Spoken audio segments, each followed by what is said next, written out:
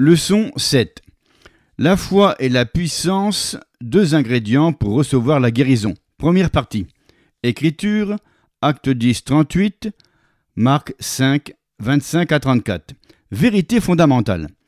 La puissance de guérison surnaturelle de Dieu sera efficace dans votre vie dès que vous comprenez les lois qui la régissent et apprenez à utiliser votre foi pour déclencher la puissance de Dieu. Nous devons nous rendre compte qu'il n'y a pas qu'une seule méthode pour recevoir sa guérison, c'est-à-dire que la parole de Dieu en énumère plusieurs. Une méthode pour recevoir la guérison, c'est par ce que j'appelle une foi simple. Quand vous entendez la parole de Dieu vous-même, vous croyez que ce qu'elle dit est vrai, et vous recevez votre guérison par la foi dans la parole de Dieu. Une deuxième méthode, c'est par l'imposition des mains des autres. L'onction de guérison coule à travers une autre personne vers vous. Une troisième méthode pour être guéri, c'est parce que les pentecôtistes plus âgés appelaient « prier jusqu'à ce que la puissance descende d'en haut ». Recevoir sa guérison quand la puissance surnaturelle de Dieu se manifeste sur vous. Toutes ces méthodes sont bibliques. Elles nécessitent toutes de la foi. Et, gloire à Dieu, elles sont toutes efficaces. Au cours des prochaines leçons, nous allons discuter de ces trois méthodes en nous concentrant sur les deux ingrédients indispensables à leur efficacité, la foi et la puissance.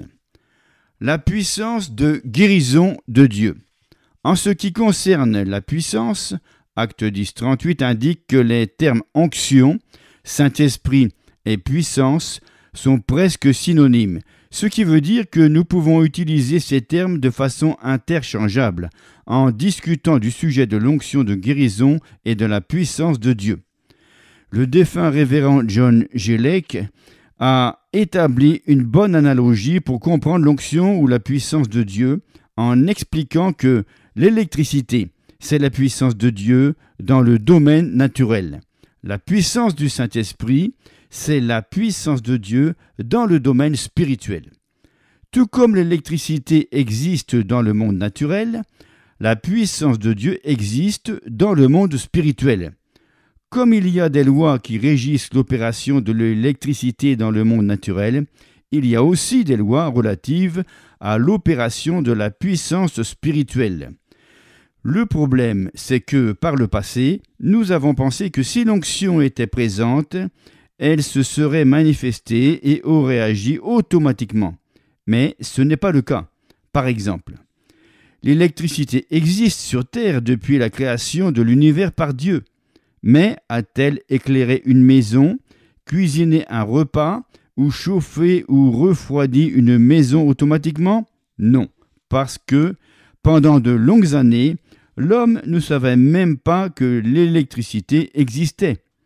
Même après sa découverte, quand l'homme connaissait son existence, elle n'a pas commencé à fonctionner automatiquement. L'homme a dû apprendre à se familiariser avec elle pour en tirer profit. Si seulement nous pouvions comprendre que la puissance de guérison de Dieu existe dans le monde spirituel et qu'il y a des lois qui régissent son opération, alors les hommes et les femmes pourraient apprendre à profiter de cette puissance et être bénis par ses bienfaits. J'ai entendu des questions telles que « Si la puissance de Dieu existe, pourquoi n'agit-elle pas en notre faveur ?» C'est ici qu'on a manqué le coche. Nous avons pensé « Si elle existe, elle se manifestera toute seule. » Mais non, l'homme, de sa part, doit faire quelque chose pour que cette puissance de guérison se manifeste. Dans le domaine naturel, le moment est venu où l'homme a découvert l'électricité. Elle s'était même manifestée dans une certaine mesure. Mais l'homme a dû apprendre davantage à son propos et à propos des lois qui la gouvernent avant d'en profiter complètement, avant d'en tirer le plus grand profit. Il en va de même avec la puissance de Dieu, l'onction. Tout simplement, plus nous apprenons à propos de l'onction et de ce qu'en dit la parole de Dieu, plus nous pourrons suivre son flux, profiter de sa puissance et en bénéficier davantage. L'interrupteur de la foi. Maintenant que nous comprenons que la puissance de Dieu est une sorte d'électricité céleste, étendons l'analogie un peu plus en ce qui concerne la foi. Quant aux lois qui régissent cette substance céleste, on pourrait comparer ce qui déclenche la puissance céleste dans le domaine spirituel à un interrupteur au mur qui allume la puissance terrestre, l'électricité, dans le domaine naturel. Dans l'espace naturel, lorsqu'on appuie sur le commutateur, de l'électricité coule dans les appareils d'éclairage et illumine la pièce. Quand on éteint le commutateur, les lumières s'éteignent. Dans le domaine spirituel, on pourrait appeler ce qui allume la puissance l'interrupteur de la foi. Rappelez-vous que Jésus a précisé à la femme atteinte d'une perte de sang, « Ma fille, ta foi t'a sauvée, guérie ». Marc 5, 34. Jésus a souligné que sa foi l'avait guérie, c'est-à-dire qu'elle avait allumé l'interrupteur de la foi pour la guérison et déclenché la puissance de Dieu. Adolescent, j'ai été alité pendant 16 mois à cause d'une maladie du sang incurable. À côté de mon lit était une prise de courant. N'importe qui aurait pu brancher une lampe pour éclairer toute la chambre. Il y avait de l'électricité, mais il n'y avait aucune manifestation de cette réalité, parce que personne n'avait rien branché à la prise. De même, la puissance de guérison de Dieu était dans ma chambre chaque jour, car Dieu est omniprésent, et toute sa puissance est avec lui. Mais il n'y en avait aucune manifestation. Pourquoi ? Parce que je ne me suis pas branché à elle. Je ne savais pas comment le faire. Pourtant, le 8 août 1934, j'ai appris comment. Par la foi, je me suis branché à la puissance de guérison de Dieu. Et j'ai commencé à proclamer « Maintenant, je crois que je me porte bien ». Si un homme croit qu'il va bien, il se comportera comme s'il allait bien. Bien que paralysé, j'avais repris des forces dans la partie supérieure de mon corps. J'ai donc sorti mes pieds du lit. Ils sont tombés par terre comme de gros morceaux de bois. Je pouvais les voir là, par terre, mais je ne les ressentais pas, étant mort de la taille jusqu'en bas. Ensuite, j'ai réussi à m'accrocher à une des colonnes du lit pour extraire mon corps du lit rapidement. J'ai entouré cette colonne de mes bras, mais mes genoux se sont pliés sous moi. J'ai déclaré à haute voix « Je veux annoncer dans la présence du Dieu Tout-Puissant, du Seigneur Jésus-Christ, des saints anges, du diable et de toutes ses cohortes que, selon la parole de Dieu, je suis guéri. » Rien qu'en le déclarant, je me suis branché. J'ai ressenti cette puissance me frapper au sommet de la tête pour descendre tout le long de mon corps. Il me semblait que quelqu'un au-dessus de moi déversait une cruche de miel tiède sur mon corps. Cela descendait le long de mon corps et de mes bras.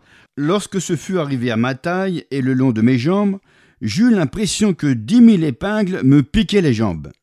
Cela faisait tellement mal que j'en aurais pleuré, si cela n'avait pas semblé si bénéfique en même temps. Quand on n'a pas eu de sensation du tout, qu'il semble bon de ressentir quelque chose. Suite à cette expérience, je me tenais debout tout droit. Alléluia! Je m'étais branché à cette puissance. Vous pouvez vous brancher à la puissance de Dieu par votre propre foi.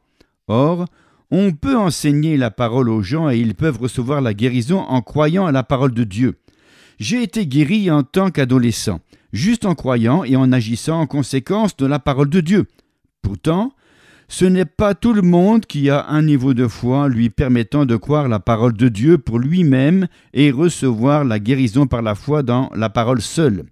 Voilà pourquoi nous devrions viser à enseigner et à prêcher tous les aspects de la guérison divine pour toucher les gens de différents niveaux de foi, par toute la gamme des méthodes de guérison.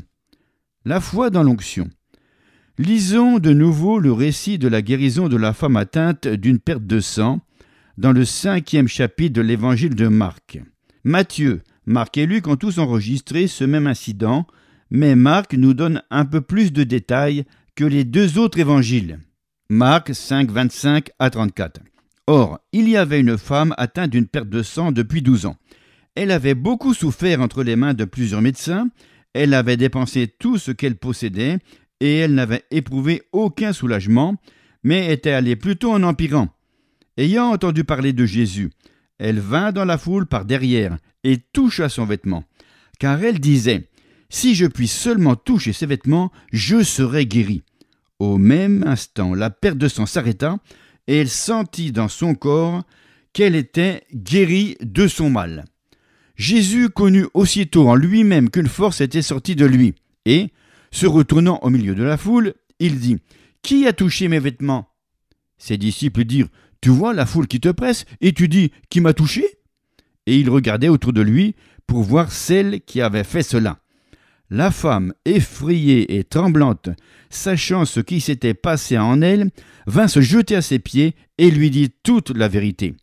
Mais Jésus lui dit « Ma fille, ta foi t'a sauvée. Va en paix et sois guérie de ton mal. » Je voudrais que vous notiez que Jésus s'est rendu compte immédiatement qu'une force était sortie de lui. Remarquez aussi que la femme atteinte d'une perte de sang a coopéré avec l'onction qui a coulé de Jésus en elle, et elle a été guérie. L'onction de guérison est sortie des vêtements de Jésus pour entrer dans la femme atteinte d'une perte de sang.